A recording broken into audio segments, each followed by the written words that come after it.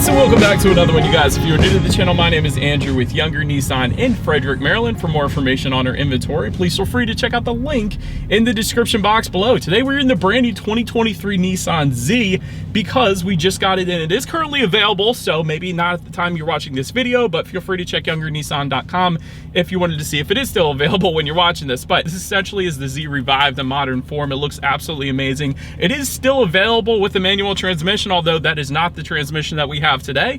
But ultimately in this video we will be testing out and going over everything about this one. So having said that, what do you guys say? Let's just go ahead and jump right into it. And as always, let's start with pricing. And so there will be a few different trim levels for the 2023 Z. First one being the Sport, starting at $40,990. Not too bad there. Performance, which actually is the trim level we have today, starting at $50,990. And the Proto Spec for $53,990. But regardless of trim level that you go with, the power plant on the new Z is going to be the same. Powering the beast is a 3-liter twin turbo V6, putting out 400 horsepower at 6,400 RPM, 350 pound-feet of torque, coming in at 1,600 RPM. That power being sent to the rear wheels, of course, through a 6-speed manual with rev matching that is available, or a 9-speed automatic with paddle shifters, which actually is the transmission that we have today. 0 to 60 time coming in at approximately 4.3 seconds for the manual, 4 seconds flat then for the automatic. Top speed 155 miles per hour, in case you were interested,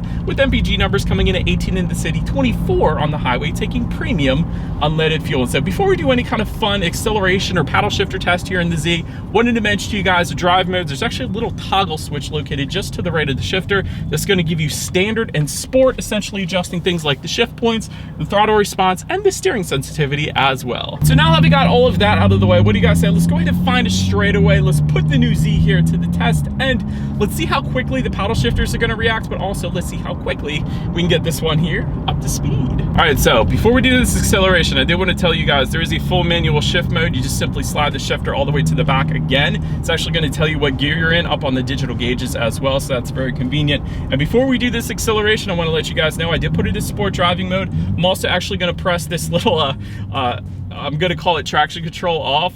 Back on my G35 Coupe back in the day, it was VDC off, but that makes things more fun. So let's go ahead and let's find that straight away, and let's see how quickly we can get this one up to speed. Yo, man.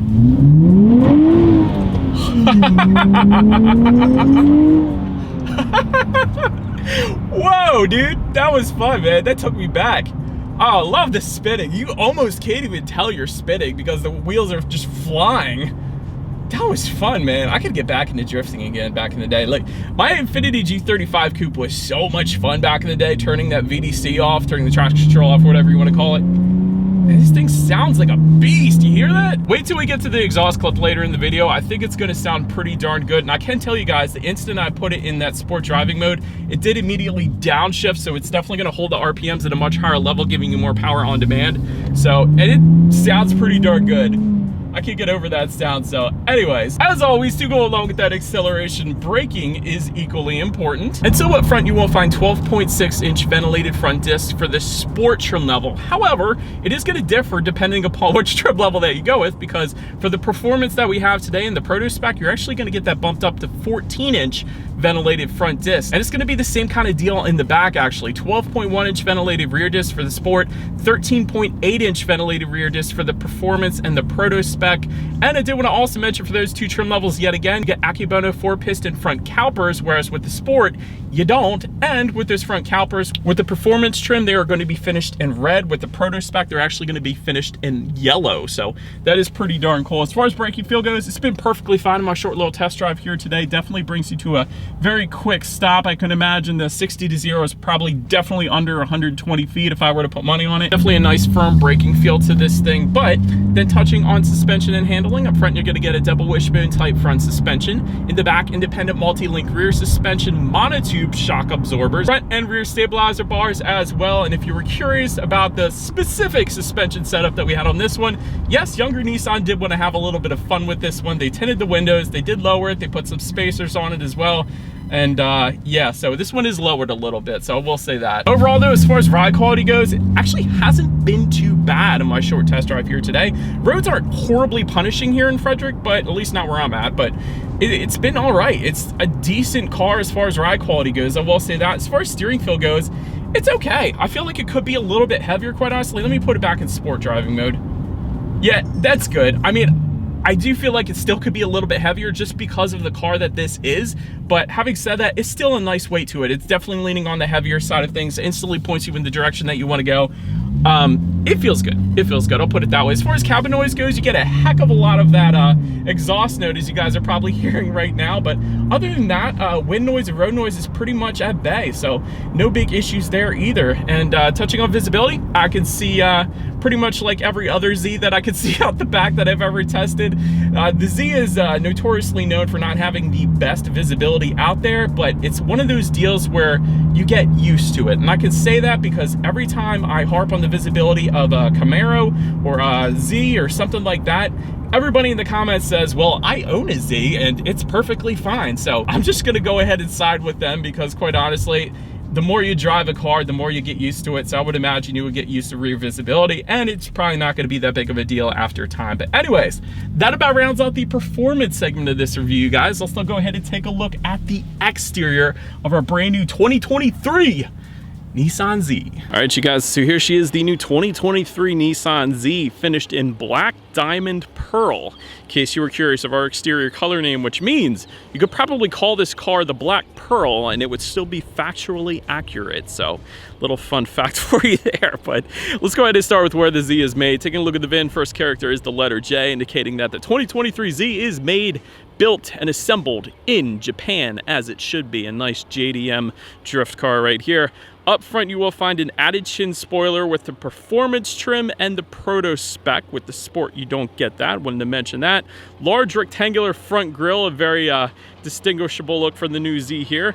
LED headlights with LED signature daytime running lights do come standard. You get the automatic feature with that as well, meaning when it starts to get dark at night, the headlights will turn on automatically for you there. But also automatic high beams. So if you have your high beams on at night, the sense of the vehicle coming in the opposite direction, it's going to automatically dim them back to low beams. Then when that vehicle is gone, it's going to automatically bounce it back up to high beams for you. So very nice convenience feature for you there. And just taking an up close look at the headlights here, I like the attention to detail that Nissan put into this. All the lines, all the patterns that they put into these headlights, it definitely looks good, including the front grille. Look at these silver kind of rectangular designs on the upper portion of that front grille.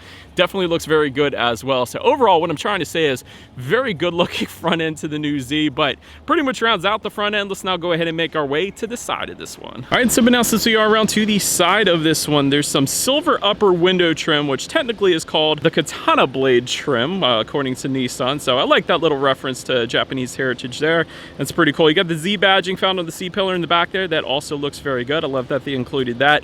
Got flush door handles. So you guys can see the door handles are pretty darn flush with the vehicle. So I like that as well. I'm sure that does something with aerodynamics. Taking a look at the side mirrors, they are body colored power adjustable side mirrors. They are heated with LED integrated turn signals, as you guys can see there. That's also pretty darn good. And these wheels, they of course are going to differ depending upon the trim level that you go with. The Sport is going to give you the smallest size wheels, but these are actually 19-inch Raise Engineering forged alloys. So I love that. So Nissan's had this relationship with Raise Engineering for quite a while now, and I like that they have that. I believe Raise Engineering was an aftermarket company, and they still are, obviously, but Nissan has partnered up with them to make some very lightweight alloy wheels for the Z, so definitely a big plus there as well. The wheels look good on this thing, I will say that. So much no fender gap either, thanks to those lowering springs that younger Nissan put on this thing. But overall, definitely a very good looking side profile to the Z here. But now let's go ahead and make our way to the back. All right, so but now since we are around to the back of this one, body colored shark fin antenna all the way to the top. You got that LED center high mount stop lamp as well.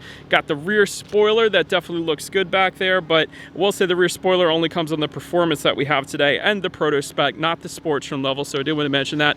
I like the Z emblem found kind of on the back end here, but the one thing that's missing is the Fair Lady badging found on the trunk of this one. So that's something they used to do way back in the day, and I think they put it on the prototype as well, but I don't see it on the actual production version, unfortunately, here. So I would have loved to have seen that, and I'm sure the aftermarket's going to fix that for us. But also, you do get LED taillights coming standard, and look at the design to these taillights. Definitely nice look to those as well. Just underneath of it all, you got a little bit of a rear diffuser, and of course, very large dual exhaust outlets finished in, I would call it a satin chrome. So having said that, here's that part of the video I was referencing to you guys earlier.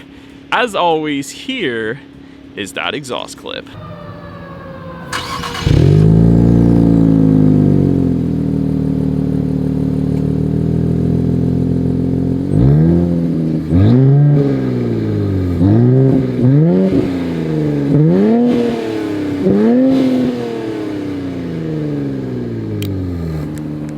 Alright, so but now since we are around to the back of the Z, when it comes to opening that rear trunk, there's a button to unlock it on the key itself. Of course, that's for all the doors really, but trunk included.